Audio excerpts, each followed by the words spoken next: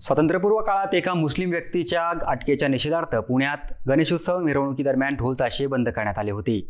1921 मध्ये पुण्यातील फडतरे चौकात घडलेला हा किस्सा आज आम्ही तुम्हाला सांगणार आहोत। नमस्कार, मी सलमान शेख, आपण पाहताय सकाळ डिजिटल।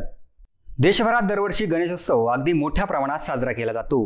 प्रत्येक जण आपल्या लाडक्या गणरायाची वर्षभरापासूनच आतुरतेने वाट पाहत असतो, कारण गणेशोत्सव हा सांस्कृतिक दर्शन घडविणारा सण आहे। परंतु तुम्हाला माहिती आहे का, एकेकाळी हिंदू आणि मुस्लिम गणेशोत्सव आणि मोहरम हा सण एकत्र साजरा करायचे। 1920 ते 1939 या कालखंडात गणेशोत्सव आणि मोहरमच्या माध्यमातून हिंदू मुस्लिम ऐक्याचा जागर घडवून राष्ट्रीय सलोख्याचे वातावरण निर्माण झाले। राष्ट्रीय मेळ्यांनी गीत, संगीत, नृत्य, नाटक अशा विविध कलांद्वारे सामाजिक जागृतीची जोपासना केली। 1920 मध्ये 1 ऑगस्टला टिळकांचा मृत्यू झाला। हे गणेशोत्सवाचे न भरून येण्यासारखे नुकसानच होते, कारण याच धर्तीवर इसवी सन 1893 मध्ये त्यांनी जुन्या काळापासून प्रस्थापित गणेशोत्सवाचे नव्या स्वरूपात पुनरुज्जीवन केले होते। समाज सुधारणा, राष्ट्रीय ऐक्य आणि देशप्रेम यासाठी त्यांनी या उत्सवाचा पुरेपूर वापर करून घेतला होता। त्यावेळी ब्रिटिशांनी वेगवेगळ्या प्रकारे उत्सवात खीळ घालण्याचा प्रयत्न केला खरा, मात्र लोकांना लोकमान्याची उत्सवाप्रती विचारसरणी कळाली होती। त्यामुळे अनेक जण यावर ठाम राहिले। त्यामुळे ब्रिटिशांनी या उत्सवापासून 2 हात लांबच राहणे पसंत केले। गणेशोत्सवाच्या सुरुवातीलाच हिंदू आणि मुस्लिम या दोन्ही समाजात वाद्यावरून तेढ निर्माण झाला आणि मोठी दंगलही झाली। मात्र पुढच्या 3 वर्षात याचे उलट परिणाम पाहावयास मिळाले, कारण या 3 वर्षात गणेशोत्सव आणि मोहरम हा सण एकच वेळी आले होते।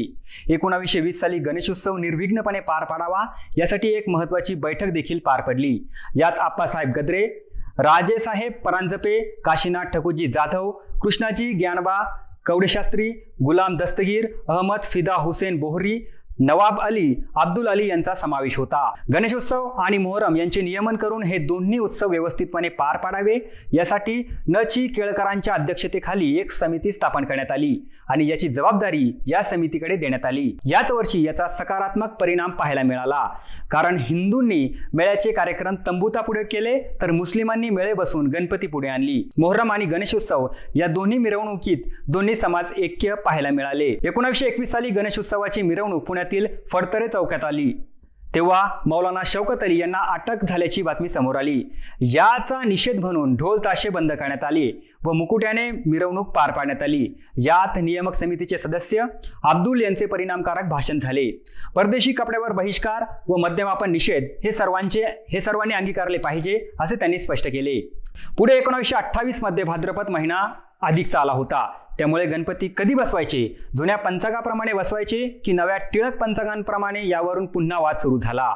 नवीन पंचांगांप्रमाणे बसवलेल्या गणपतीची मिरवणूक 29 ऑगस्टला निघाली, कारण टिळक पंचांग व अधिक मास यानुसार त्या दिवशी अनंत चतुर्दशी होती। यात एकूण 21 गणपती सहभागी झाले होते।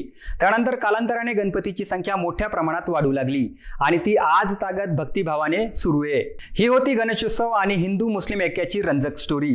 व्हिडिओ आवडला असेल तर लाईक करायला विसरू नका आणि असेच किस्से आणि महत्त्वाचे अपडेट जाणून घेण्यासाठी फेसबुक, ट्विटर, यूट्यूब आणि इंस्टाग्रामवर सकाळला फॉलो करा। धन्यवाद।